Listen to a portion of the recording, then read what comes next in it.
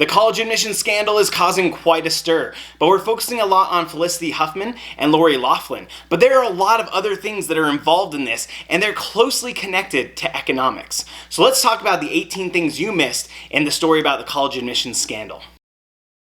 Hi, I'm Craig and welcome to Market Power, where we look at the power of markets and economics to shape our world. The college admission scandal has caused quite a stir and has named some pretty big universities, one of them being Yale. Now, I'm just wearing my colors because I want to have full disclosure. I did go to Yale for graduate school. I got a PhD in economics there, and I'm still proud of my alma mater.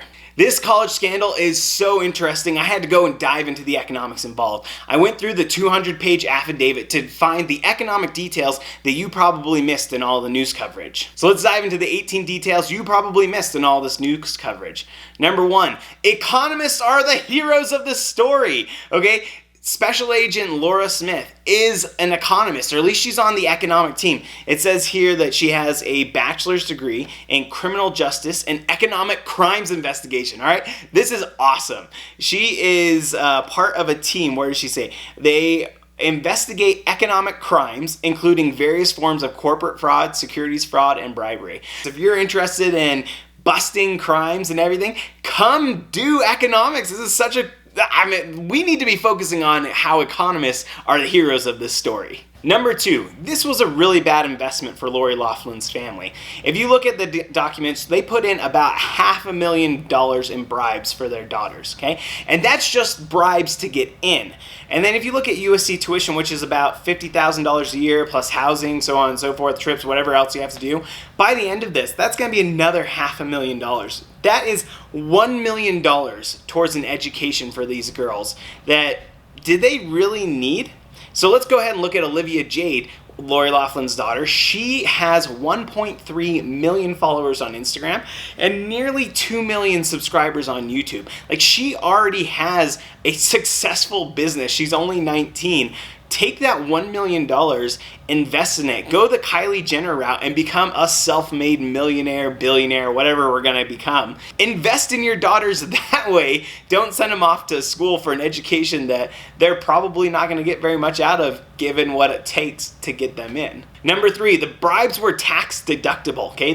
This charity that was funneling these bribes was a 501c3, which means the money that they contributed in bribes, they didn't have to pay taxes on. Number 4, 8 colleges were listed in the scandal. All of them were highly selective, except for University of San Diego. Sorry, USD, I'm sorry you are the only one not listed as highly selective. Number 5, the guy who paid to get into USD paid $250,000 to get into a not highly selective university. Number 6, maybe one of the saddest ones in there. There is a dental professor at USC involved in the scandal who was paying to get his own child admitted to USC, where he works.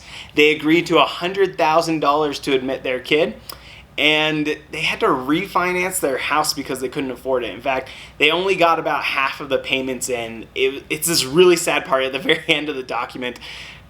You feel a little for the family.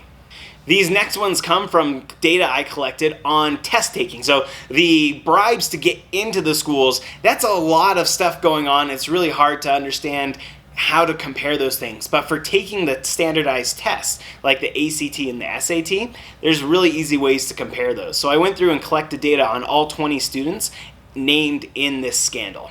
Number 7, the average payment for taking the college entrance exam was $50,000. And it happens to also be the median. That worked out nicely. Number 8, the modal payment was $50,000. 5 people paid $50,000, but also there's the same amount who paid $75,000. Number 9, the craziest one I think, one guy paid $100,000 for this exam, and he paid it twice. He had 2 kids go through this, and both times he paid $100,000, twice as much as the average. Number 10, interesting fact, that guy paid his $100,000 in Facebook stocks. Number 11, 75% of the fraudulent tests were for girls. Number 12, there is no gender difference in payments for boys and girls. The average payment for boys and for girls is about the same, as you can see in this graph. Number 13, there was also no statistical difference between payments for the ACT or the SAT. Number 14, and this one is probably the most shocking of all, people who took the test the same day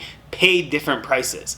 So there are a couple instances that I've been able to identify where 2 of the students took the test on the same day, and their parents paid different prices. So for one of them, they paid $50,000 and another paid $75,000. But the most extreme one is that case where $100,000 was paid for a test. Another person took the test at the same place under the same scheme and only had to pay $15,000, right? What a big discrepancy between the $100,000 and the $15,000. Number 15, we actually have evidence that these fraudulent tests had a huge difference compared to what the students would have actually gotten.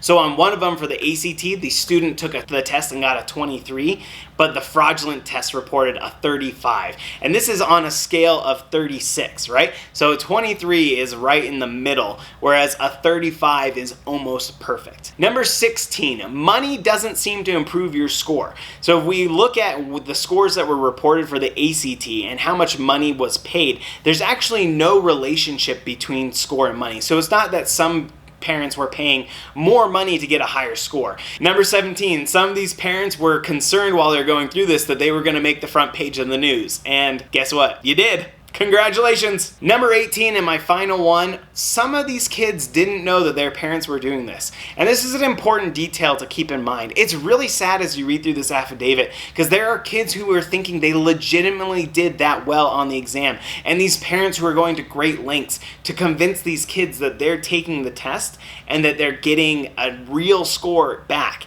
And some of them think, well, hey, if I did it at that level, what if I go back and retake it? I could do even better on this exam. So you just gotta feel for these kids, and we gotta make sure that we're slow to judge the children for what their parents are doing. This actually reminds me of a book called Love, Money, and Parenting, How Economics Explains How We Raise Our Kids. This book is about differences in culture and parenting styles that are driven by economics. And so their argument is that high inequality, which we're observing, as I've talked about in other videos, is driving parents to be more involved and doing crazier things to make sure their kids can advance.